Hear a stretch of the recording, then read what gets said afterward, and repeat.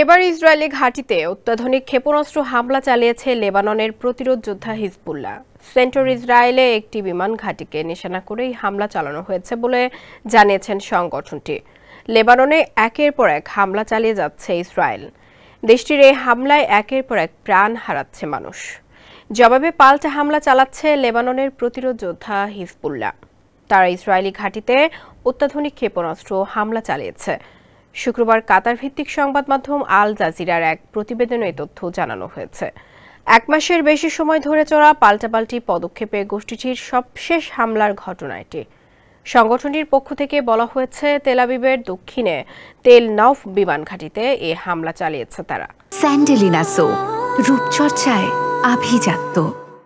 হামলায় অত্যাধুনিক ক্ষেপণাস্ত্রের একটি বহর ছোড়া হয়েছে।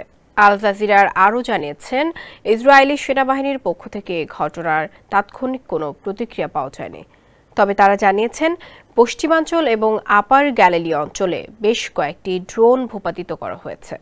Centre for strategic and international স্ট্র্যাটেজির তথ্য মতে, হিজবুল্লাহর কাছে অন্তত 10 ধরনের ক্ষেপণাস্ত্র রয়েছে। এর মধ্যে সবচেয়ে কম পাল্লার ক্ষেপণাস্ত্র হল ফালাক 1।